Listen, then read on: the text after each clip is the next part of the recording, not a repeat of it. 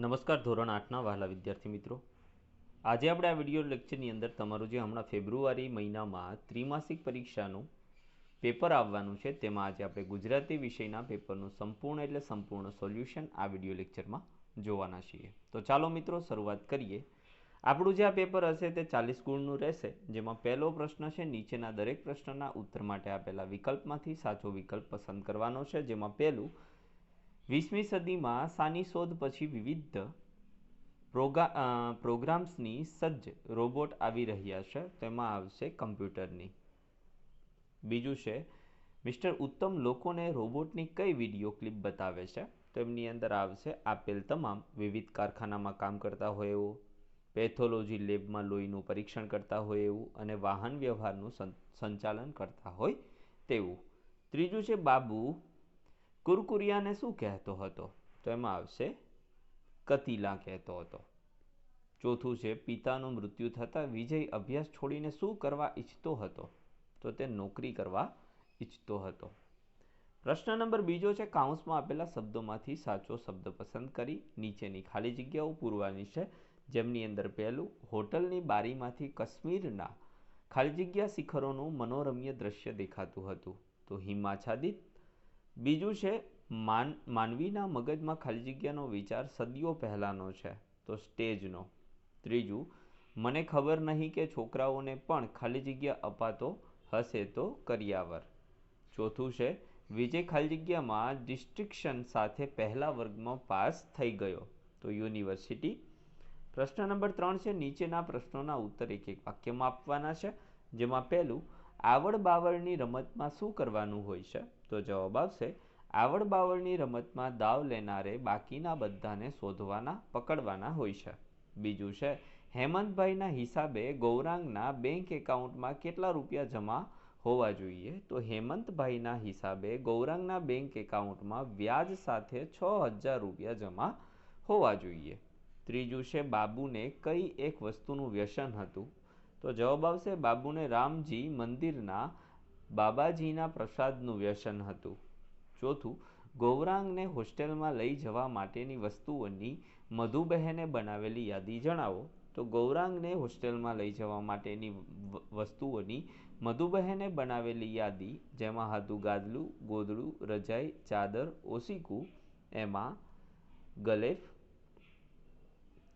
બાલડી, ટબલર, shop case, સાબુ, sleeper, boot પોલિશનું brush, ડબ્બી, અરીસો, ઘરનું ઘી, અથાણાની બોટલ, ખાખરાથી ભરેલો ડબ્બો વગેરે વગેરે હતું। પ્રશ્ન નંબર 4 છે ખરા ખોટા કરવાના છે, જેમાં પહેલું લેખકના સેટ દયાહીણા અને સ્વાર્થી હતા, તો ખોટું।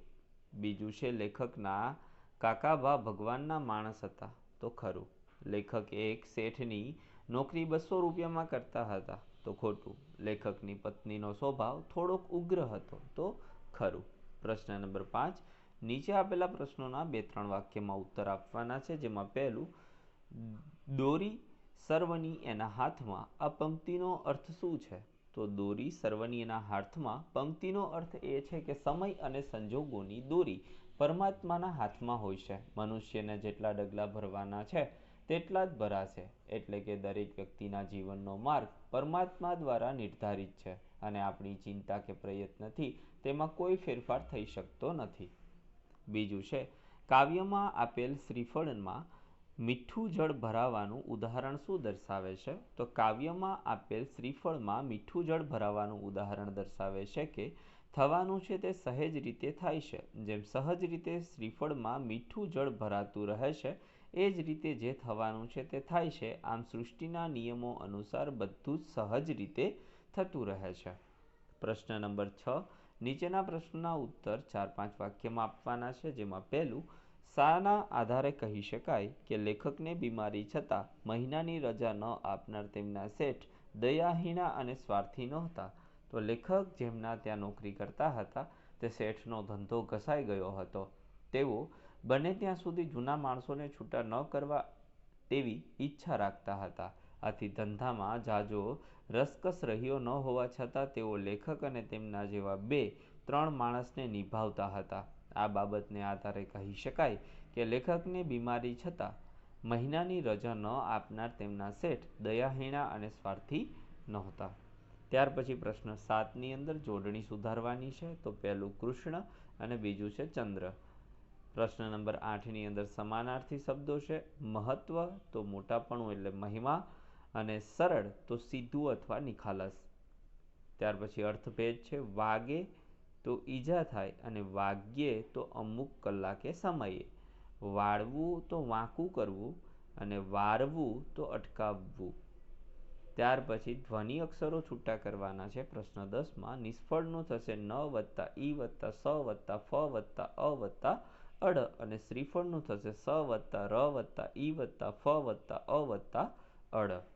પ્રશ્ન 11માં વાક્યોને યોગ્ય સંયોજક જોડી ફરીથી લખવાના છે. તો સીધા વાક્ય જોઈએ, જેમાં પહેલું, એ વખતે હું વડોદરામાં માધ્યમિક શાળામાં ભણું પણ આ નાના ગામથી પરિચિત. ત્યાર પછી બીજું છે, એમની અંદર આવશે રાત્રે જમ્યા પછી થયું કે ચાલ એકાદ મિત્રને પકડું. પ્રશ્ન 12મો છે, શબ્દોને શબ્દક્રમમાં ગોઠવો. તો જુઓ, પહેલા આવશે અરીસો, પછી ગૌરાંગ, ડિગ્રી, નાળિયેર, સામાન અને હોસ્ટેલ.